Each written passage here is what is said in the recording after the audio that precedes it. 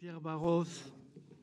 Oui, merci Monsieur le Président, merci Madame, Monsieur le Ministre pour votre présence ce matin. Alors oui, on a bien compris que c'est un projet de loi de finances, que l'on va beaucoup travailler et qu'il y aura énormément de débats.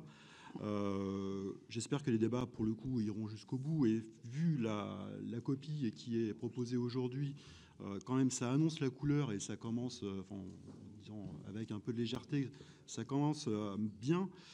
J'espère qu'on ira au bout des débats, évidemment, parce que même si, en effet, vous avez confirmé qu'il n'y aura pas de 49.3, il y a quand même l'article 47, le 34, le vote bloqué, et puis la seconde délibération que l'on a bien appréciée l'année dernière. Donc il y a quand même quelques outils à un moment donné pour ne pas aller jusqu'au bout des débats. Et ça, évidemment, vous serez comptable du résultat si vous utilisez ce genre de méthode. Je vais être très précis sur un sujet parce qu'il y a beaucoup à redire sur ce projet de PLF qui est quand même assez explosif et notamment pour les collectivités. Et je prendrai juste un angle qui est celui du DILICO, où vous proposez quand même dans votre projet de loi de finances une ponction plus forte sur les communes par rapport à l'année dernière et une proportion de 720 millions sur les communes au lieu de 250 millions l'année dernière. Un abaissement du seuil d'éligibilité. Il faut dépasser maintenant uniquement 100% de l'indice moyen écart entre potentiel et revenu, au lieu de 110. Donc plus de communes vont être prélevées et tous les EPCI, parce que là pour eux c'est une baisse à 80%. Un lissage des reversements sur 5 ans au lieu de 3. Cela servira à abonder a priori le FPIC à hauteur de 20% au lieu de 10% l'année dernière.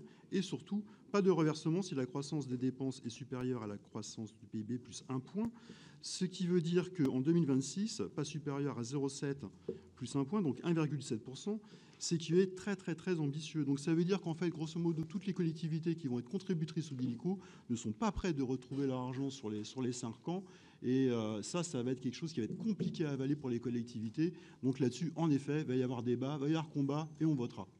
Sur le DILICO, je ne vais pas me lancer aujourd'hui parce qu'on aura, et vous aurez surtout toute l'attitude pour travailler le mécanisme.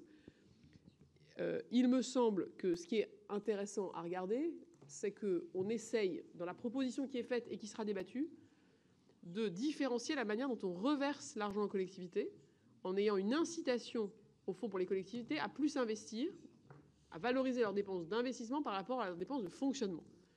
Ça, c'est une forme de différenciation qui me semble intéressante pour que les collectivités qui vont investir dans ce contexte soient favorisées par rapport à celles qui privilégieraient les dépenses de fonctionnement. Je pense que ça mériterait une réunion ad hoc. Et donc, je ne vais pas me lancer plus avant dans la description du mécanisme. Et comme me dit M. le rapporteur général, je n'ai aucun doute que vous allez débattre.